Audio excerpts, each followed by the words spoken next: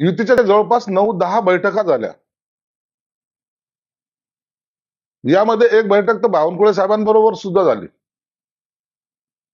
शेवटची बैठक नाही म्हणता येणार, परंतु संपर्कामध्ये देवेंद्र फडणवीस साहेब होते, एकनाथ शिंदे साहेब होते.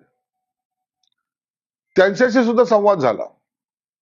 जागा वाटपाचं ठरलं आणि आता युती झाली. या संभ्रमामध्ये मी पण होतो की आता युती झाली, आता काही वाद होणार नाही, आम्ही काही करू शकतो. हा जो त्यांच्या मनामध्ये जो काही म्हणजे अहंकार आहे,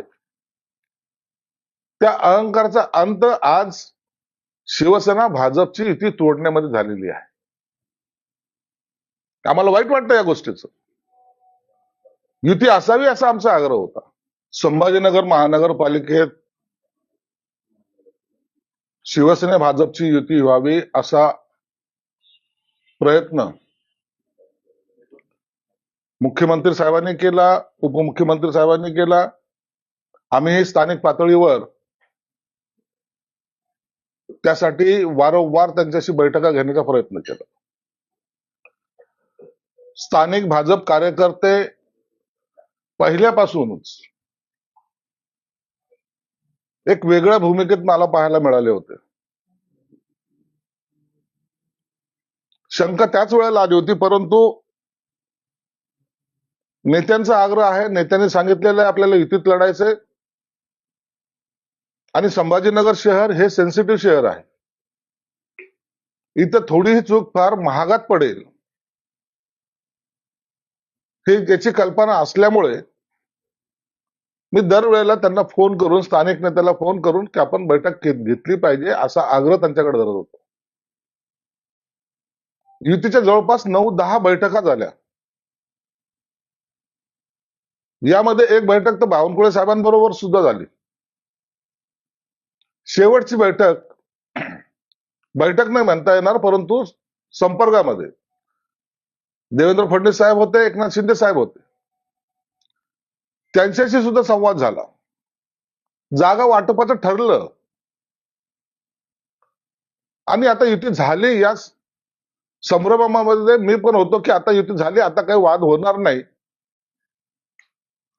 परंतु सकाळी जेव्हा त्यांनी प्रस्ताव द्यायचा होता जागेचा, मुद्दामून त्यात मेक मारायचा प्रयत्न केला, जेणेकरून शिवसैनिकांमध्ये बेचैनी होईल,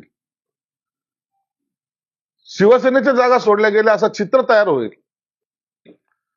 आणि तसा प्रस्ताव त्यांनी माझ्याकडे काल दुपारी 4:30 वाजता आणला होता. आणि जे रात्री ठरलंय त्याच्यामध्ये चेंजेस कशाला? नाही, आमचे कार्यकर्ते नाराज होतील ही अशी त्यांची जी काही भूमिका होती. याचाच अर्थ होता एकीकडे त्यांच्या उमेदवाराला फॉर्म भरायला सांगणे आणि दुसरीकडे युतीच्या चर्चा चालू आहेत असं दाखवणं.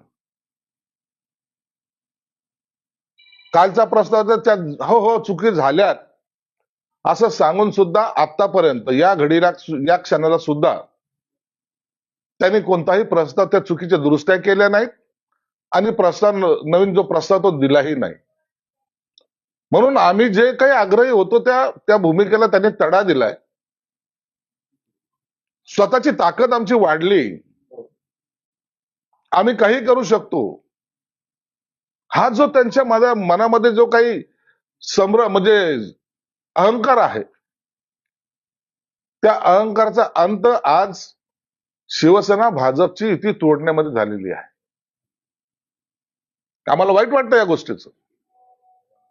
युती असावी असा आमचा आग्रह होता, पण तरी काही लोकांनी, स्थानिक नेत्यांनी त्यांच्या आग्रहास्तव, त्यांच्या असलेल्या इतर काय बाबी असतील मला माहित नाहीत, परंतु जाणून बुजून हेतू पुरस्कार आपल्याला युती तोडायची असा त्यांच्या मनामधला असलेला डाव साधत त्यांनी अखेरला आमच्या बरोबर युती तोडलेली आहे. प्रस्ताव तुम्हाला सुधारित आलेलाच नाही, त्यामुळे आता विषयच नाही. बोलचाल बंद आहे ना सगळं? बोलचाल सगळं बंद आहे. कालपासून त्यांचं काय ना फोन आहे, ना ते आलेत, ना ते बोलतात. ना त्यांच्याकडून कोणताही थांबा वाट पहा असाही कोणताही संदेश नाही. आणि त्यांनी त्यांच्या कार्यकर्त्याला जाहीरपणे सांगितले की तुम्ही तुमचे फॉर्म भरा. मग आता आमच्याही कार्यकर्त्याला तर आम्ही सुद्धा फॉर्म भरायला सांगितलेत. आता ते फॉर्म भरतील. लवकरच आम्ही त्यांना एबी फॉर्म सुद्धा वितरित करू. परंतु झालं ते चुकीचं आणि भाजपच्या हट्टापायी झालं एवढं मात्र निश्चित आहे. नाही, कुठल्या मुद्द्यावर हे सगळं बिनसलं का केवळ अहंकार? त्यांचा अहंकार, दुसरं काहीच नाही. जेव्हा मुख्यमंत्र्यांनी सांगितल्यानंतर ज्या जागा वाटप झाल्या होत्या त्या जागेवर सुद्धा सकाळी त्यांनी तिढा निर्माण करणं याचा अर्थ असा होतो की त्यांना जाणून बुजून युतीमध्ये कुठंतरी ती तुटलीच कशी पाहिजे या पद्धतीने त्याने केलेलं आहे. तुम्हाला खेळवण्याचा प्रयत्न केला पूर्ण या निश्चित खेळवलं गेलंय. निश्चित या स्थानिक नेत्यांनी खेळवायचा प्रयत्न केलाय. अंधारात ठेवून आपण आपला हेतू साध्य करायचा, आपल्या मुलाखती चालू ठेवायच्या, आपल्या उमेदवाराला सांगून ठेवायचं आणि आम्हाला गाफील ठेवून मग ऐन वेळेला आमची धावपळ होईल या पद्धतीचा प्रयत्न त्याने निश्चित केलेला आहे. तर तुमची तयारी तशी केली होती का नाहीच केली होती? तुम्ही त्यांच्याच विश्वासावर भरोशावर बसले होते? हे बघा, आम्ही थोडा विश्वास ठेवणारे लोक आहोत. एखाद्याला शब्द दिला ना ते पाळणारे लोक आहोत. आणि हे